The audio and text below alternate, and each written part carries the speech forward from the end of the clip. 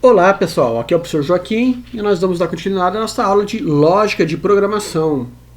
Hoje falaremos sobre estrutura condicional. Então é um fluxo que ele vai depender da condição, ele vai fazer uma atuação ou outra, tá? Então eu tenho, por exemplo, eu tenho um número, tá? E eu quero ver se ele é par, tá? Então, se for par, eu vou dizer ok, tá? Então é mais ou menos isso daí, tá? Como que faz isso na programação? O se é o if, tá? Então eu tenho, por exemplo, assim,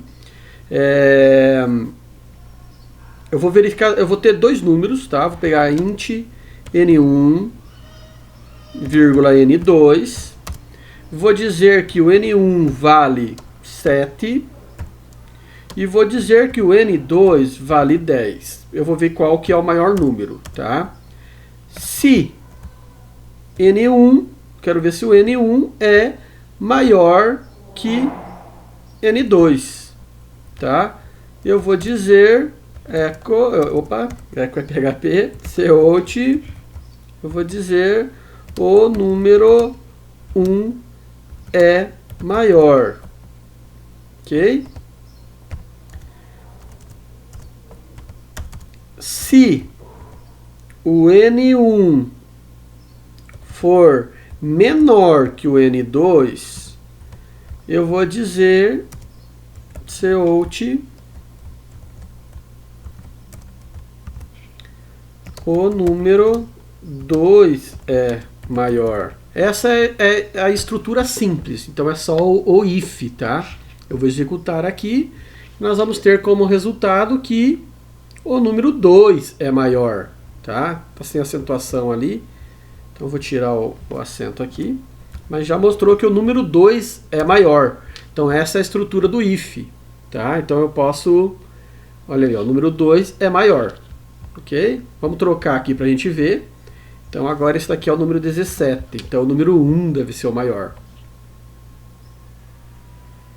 Ok? O número 1 é maior. Essa é a estrutura simples, então é quando eu quero verificar algo. Eu tenho uma única condição e quero verificar. Depois disso eu tenho o if e o else. Se não for algo, é outra coisa. Por exemplo, no lugar de eu ter feito isso daqui, eu vou fazer se não, tá? Já vou mostrar para vocês. Só um pouquinho, vou apagar aqui. Se o número 1 for maior que o número 2, eu digo que ele é maior. Se não, eu digo que o número 2 é o maior. Esse é o if, ó, if else. Vou alterar aqui para vocês verem. Então aqui tinha o 7, agora vai ter que dar o número 2. Ok, ó, o número 2 é maior. Professor, qual a diferença de um com o outro? Na forma anterior, quando nós tínhamos os dois if, ele testa as duas condições.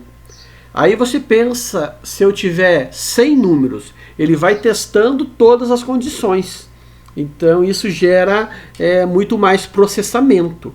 Por isso que quando eu consigo fazer o if else, eu acabo fazendo dessa forma, tá? Então, se for uma condição, se não é outra, tá?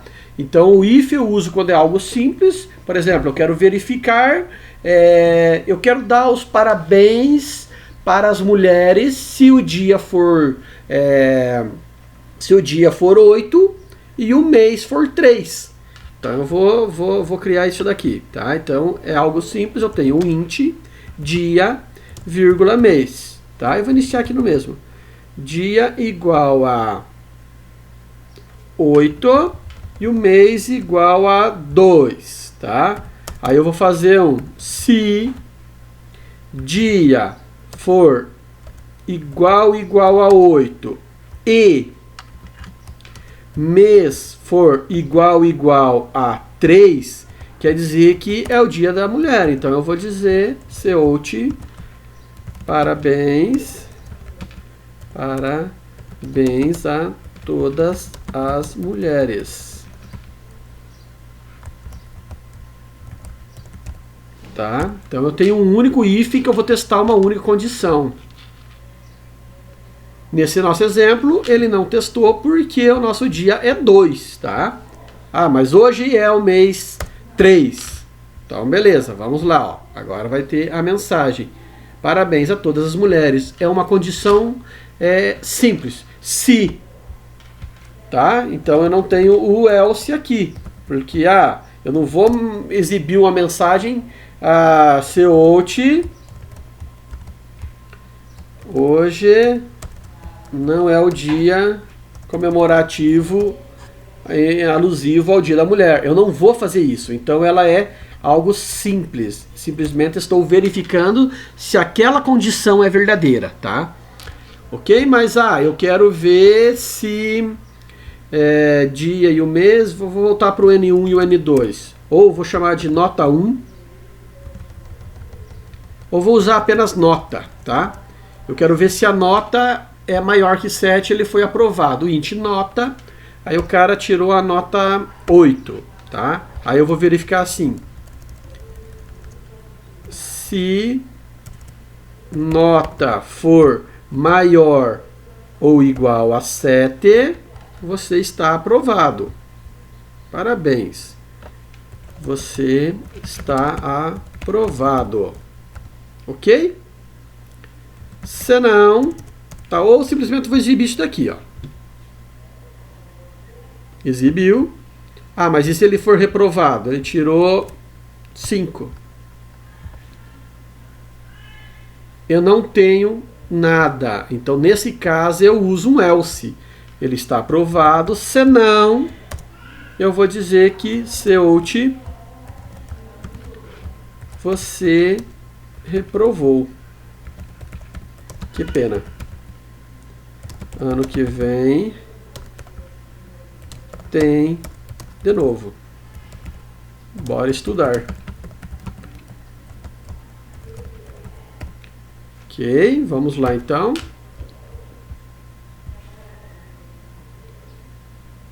Você reprovou, que pena. Ano que vem tem de novo, bora estudar. Mas e se nós tivermos, tá? Então isso a gente viu o if e o if com o else. Mas eu ainda posso ter mais.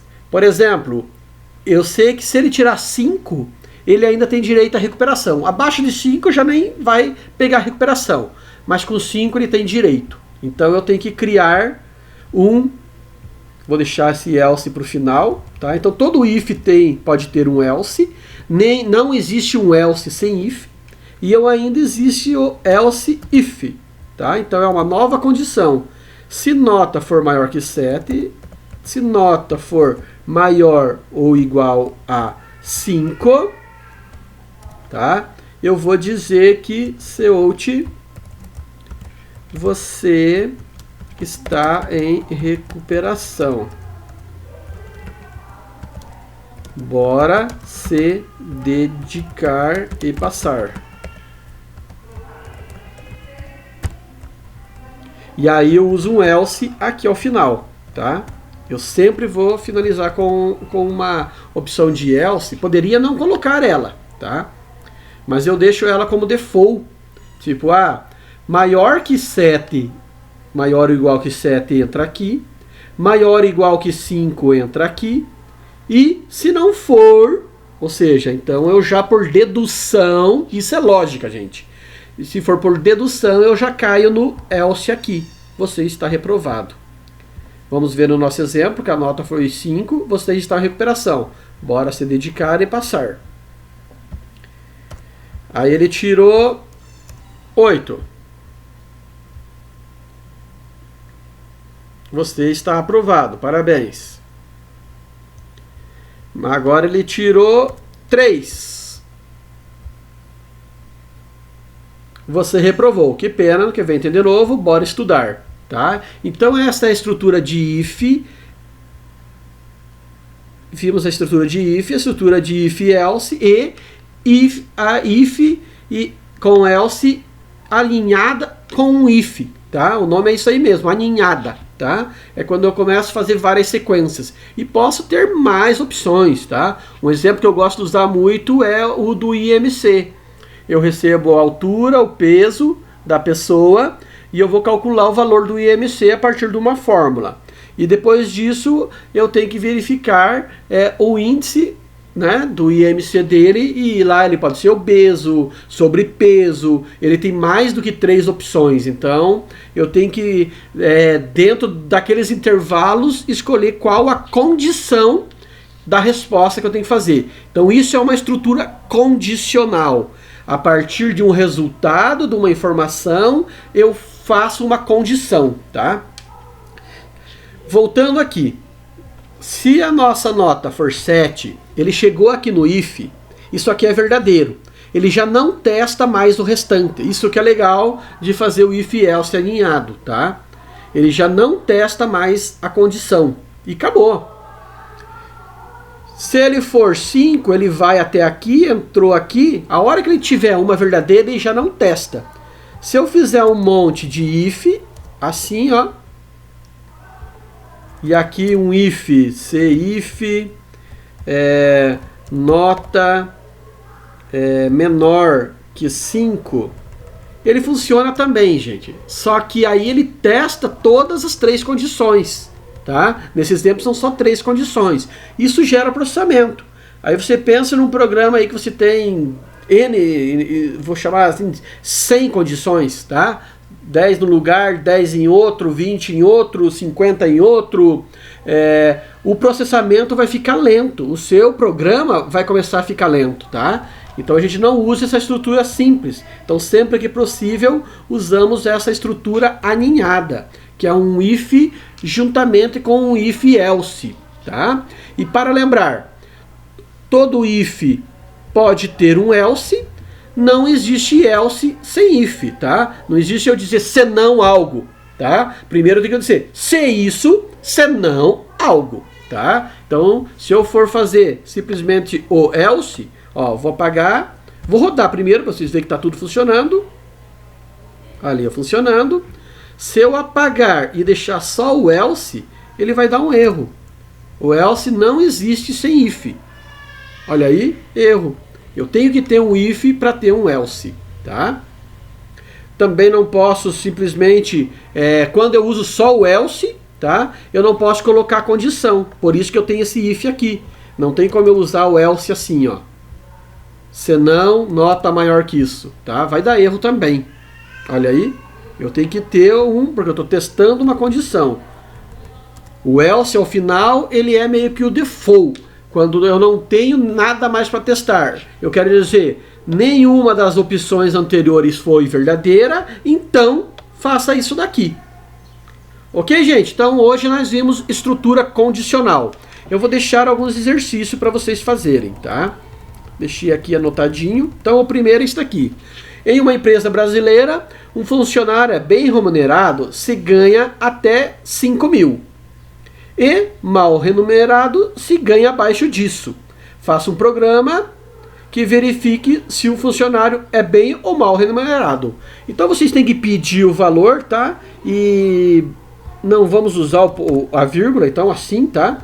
Você tem que pedir o valor do salário dele e aí fazer uma estrutura condicional. Um if else, verificando se ele é bem ou mal remunerado. Ok? Esse é o primeiro. Segundo, uma família brasileira possui 5 pessoas que trabalham fora e ajudam nos gastos domésticos, no gasto de casa. Faça um programa que verifique quantas pessoas dessa família ganham mais que um salário mínimo. Ok? Então, vamos pensar um pouquinho para resolver isso daí, tá? Faça um programa que calcule a raiz da função de segundo grau a partir dos coeficientes A, B e C. Tá? Então essa é a fórmula. A ao quadrado mais... aliás, assim, eu vou pegar o valor de A, B e C, tá? E aí eu tenho que calcular as duas equações da raiz quadrada, tá? Então eu tenho as duas equações. Para calcular, a gente tem que fazer aquela formulazinha do delta. Lembram disso? Então eu vou ter que utilizar essa equação. E aí diz assim, para calcular a raiz quadrada, então aqui dentro lá do delta eu vou ter que precisar a raiz quadrada.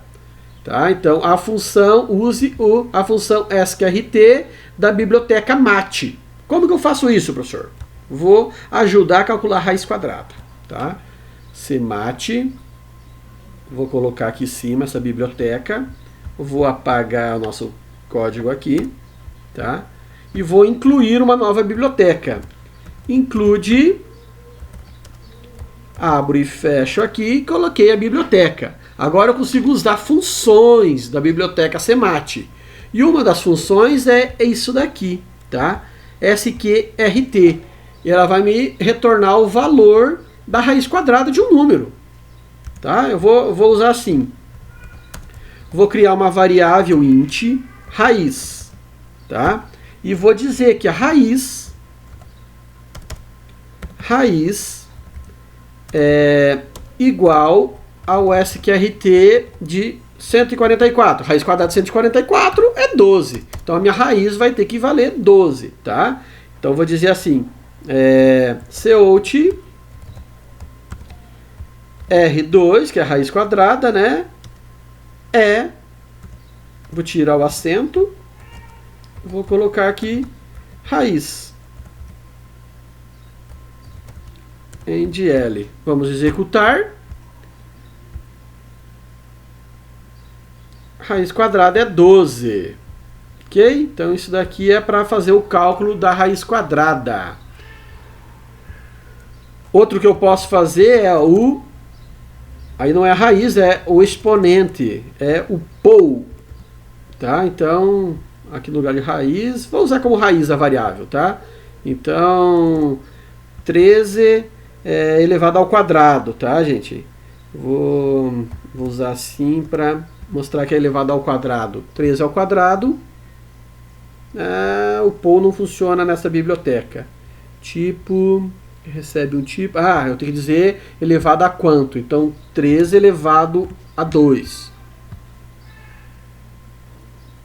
Ali, ó. 13 elevado a 2 é 169. Tá? Se eu colocasse o 12, ele tem que dar 144. Posso elevar a 3 também. Posso elevar no número que eu quiser. Tá? Vou colocar aqui o 2. 2 elevado a 3. 2 vezes 2, 4. Vezes 2, 8. Olha aí. 2 elevado na terceira é 8. Então a gente tem essas funções aí também. Aproveitei para mostrar para vocês. Mas era só da raiz quadrada que eu queria mostrar. Então vou voltar ali pro MAT, pro SQRT. Tá? E aí eu posso também, no lugar de colocar o valor aqui, eu posso colocar a variável, vou chamar uma de num, e vou criar essa variável num, e aí eu vou pedir para o usuário. Aí o usuário, por exemplo, me digitou 144. Raiz quadrada R2D. E aí eu vou concatenar aqui denum, tá? E esse aí o usuário pode digitar. Então vai dizer R2 de 144 e vai mostrar a raiz. Ali, ó, raiz quadrada 144 é 12. Ok, gente? Então, o terceiro exercício ali é fazer o programa que calcula a raiz quadrada da equação do segundo grau a partir dos coeficientes A, B e C, tá? Então eu vou simplificar e não vou usar a equação. Eu vou pedir para ele digitar o valor de A, o valor de B e o valor de C. E aí nós vamos ter que calcular as duas raízes, né? O x' e o x duas linhas. Acredito que seja tranquilo para vocês fazer a equação do segundo grau, né? Isso aqui é bem de boa. Aquele menos b é mais ou menos raiz de b ao quadrado sobre 4ac. Tá? Então você... vamos utilizar aquilo lá. Primeiro calculo o delta, tá? Eu recomendo para vocês calcular o delta primeiro e depois fazer o restante separado para calcular o x1 e o x2, tá? E o quarto e último programinha faça um programa que, dados 3 números inteiros, imprima-os em ordem crescente, tá? Então eu vou pedir para o usuário 3 números e ao final eu vou imprimir eles na ordem crescente. E vou adicionar mais um aqui. E depois na ordem decrescente.